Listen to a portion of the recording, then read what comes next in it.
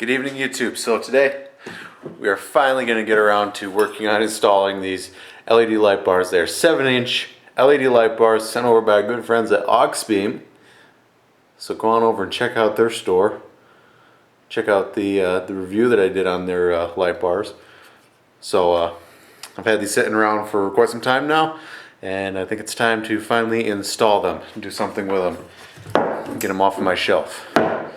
So we're going to be installing these on my dad's dump trailer, which is right here behind us.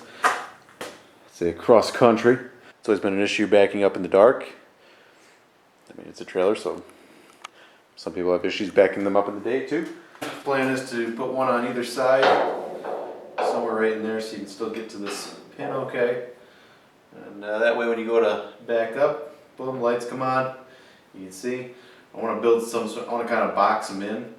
That way they're somewhat protected, you know, so if you get close to something, you don't rip the light bar off, or you're less likely to rip the light bar off. Alright, so I just got done welding up one of these brackets. Unfortunately, I only had enough bar stock to do one of them. It was left over from another project. I'll show you guys what we ended up with here. So this is it. Took this 2-inch I think by 3/16 bar stock. I actually cut a groove in it to make it a lot easier to bend, because I don't have a vise big enough to fit the whole thing in, and I bent this stuff last time I used it, and it was a pain. I don't have torches that can get it hot enough, so I cut a little slit in it to you know, make a spot that I could bend it at. Bent it to a 90 and then welded the corners. That weld there is really bad. It's not as bad as the other one I'm not going to show you, but some of these welds turned out halfway decent, like that one, except for here it kind of like burned through on the end. I think I got too close to the edge, but yeah, that's what we ended up with. It's not perfect, but if you close one eye and stand back a few feet, it looks good. And then the light bar will just kind of hold tight, guys. Light bar will just kind of slide in there like that. It's a little crooked right now, but the holes are, once I get the holes lined up, it'll be fine. And yeah, paint them black, one on either side, and we'll be able to make it like daylight out there. Alright, so just a quick update. It's the next night. I ran out and grabbed some more steel, this afternoon, and got the other side fabbed up. I wouldn't really call this fabrication, okay? It's me in my garage. Not really a clue what I'm doing. So, but anyways, it's on there. It's not going anywhere. The light bar is in there, just kind of temporarily trying to figure out where I want to put my hole for my grommet, because I'm going to run the wire down inside the frame there. So I got my wires ran. I actually used the factory split loom. They go through that little grommet there and down.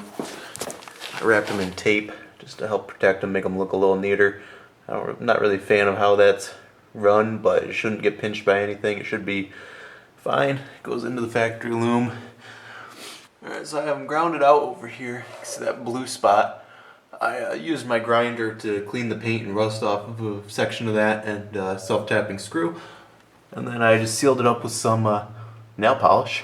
I find that works pretty decent for sealing up things like that.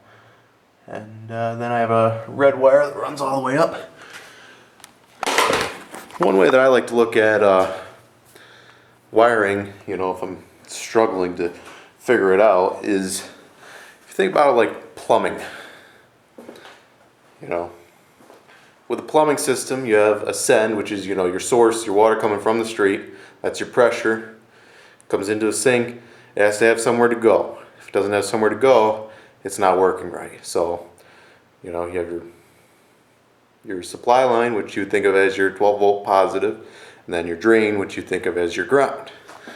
Now in vehicles and most automotive stuff, your frame, your chassis, anything metal is going to be grounded.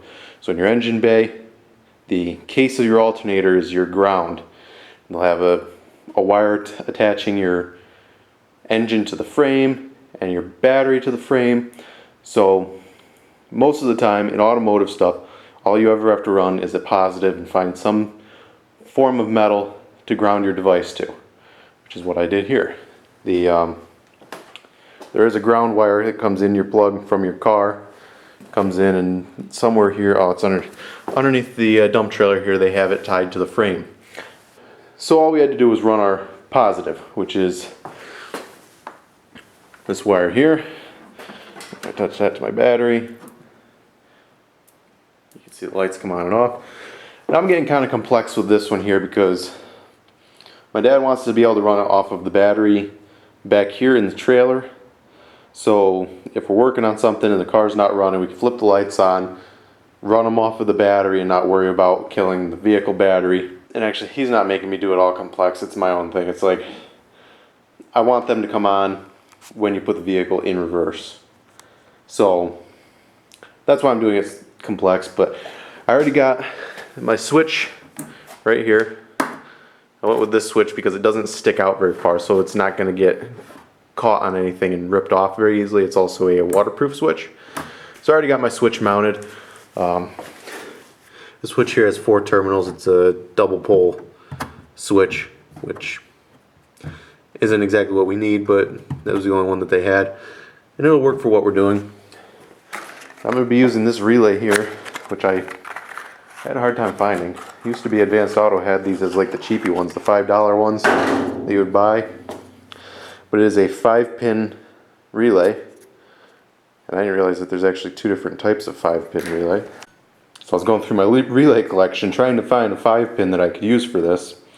And I came across this one here. All relays will have a diagram on them.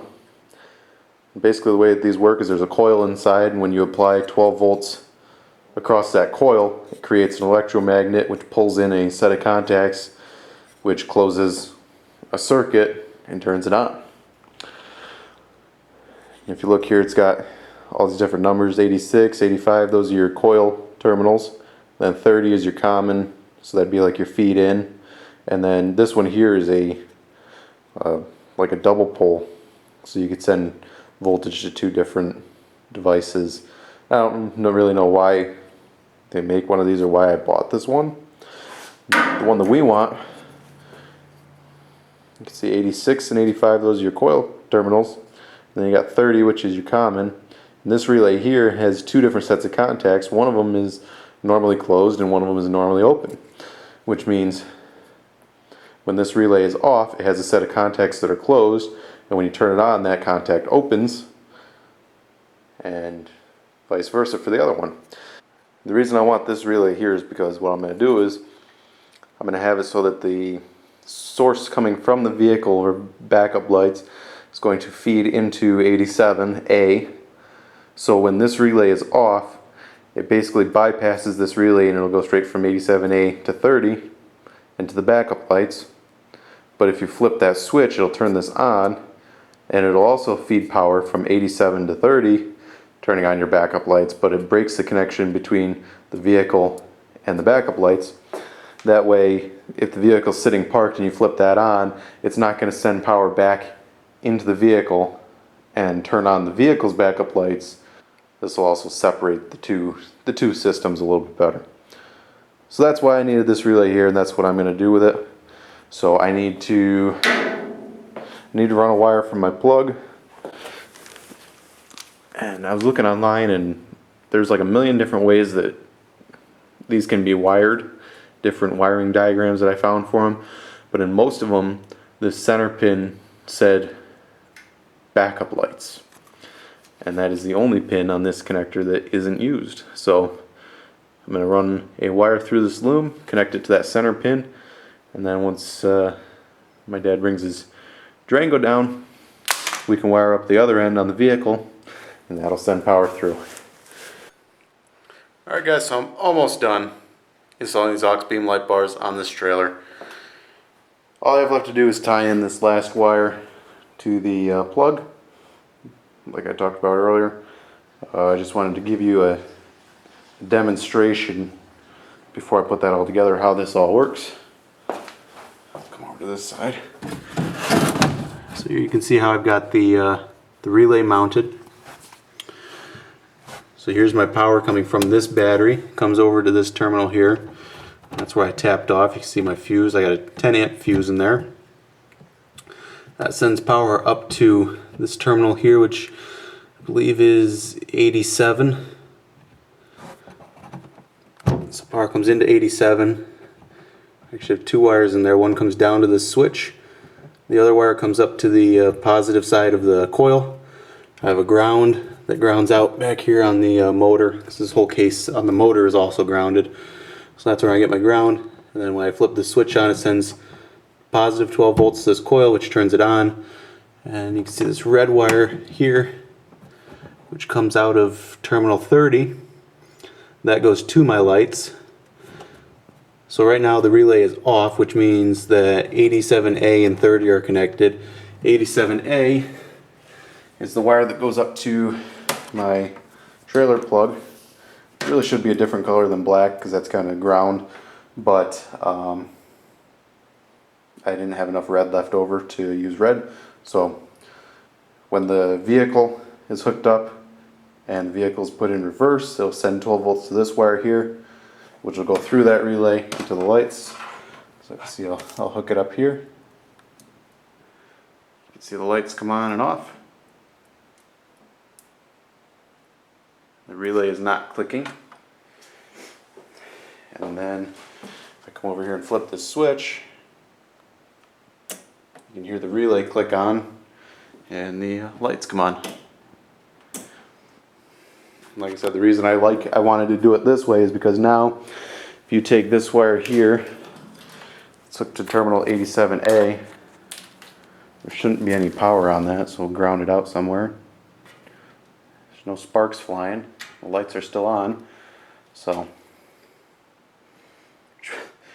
probably isn't the smartest thing to do. Let's ground this out and make sure it's dead. Throw a chain in it. But anyways, so I just got finished wiring that in, and these light bars will be done. If there's a battery in it, you can flip the switch on and use the lights. Alright guys, just finished up. You're probably wondering why I'm wearing a hard hat. I have a pretty low garage here, and the back hatch on the Durango doesn't go up all the way. And after about the fourth time I walked into this stupid corner here and took hair off my head, I decided to get out my expired hard hat, and thankfully, because I've hit my head about 5 more times since I put it on. But anyways, back to the task at hand here. Got the Durango up here. Just finished wiring this in. That's this red wire here. Pretty simple. All I had to do was find the reverse circuit.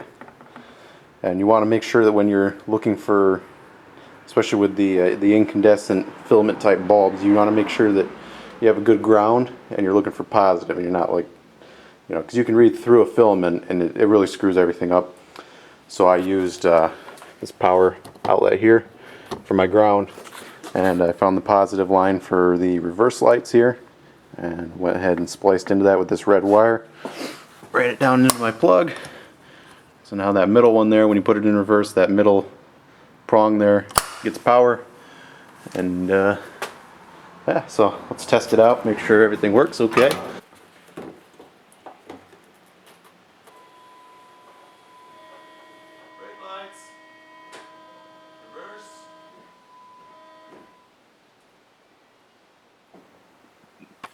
But anyways, couldn't be happier with these light bars that were sent to us by Auxbeam, in case I didn't mention that already. Let's check out Auxbeam on Amazon.com. Seem to be a good quality product. I haven't had any issues with them. They passed the water test, and now hopefully they'll help us back up in the dark.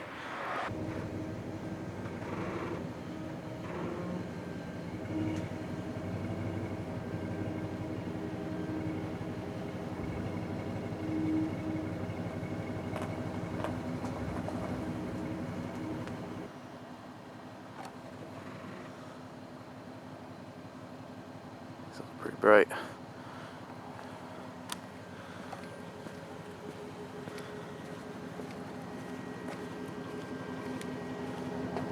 Do a pretty decent job lightening it up.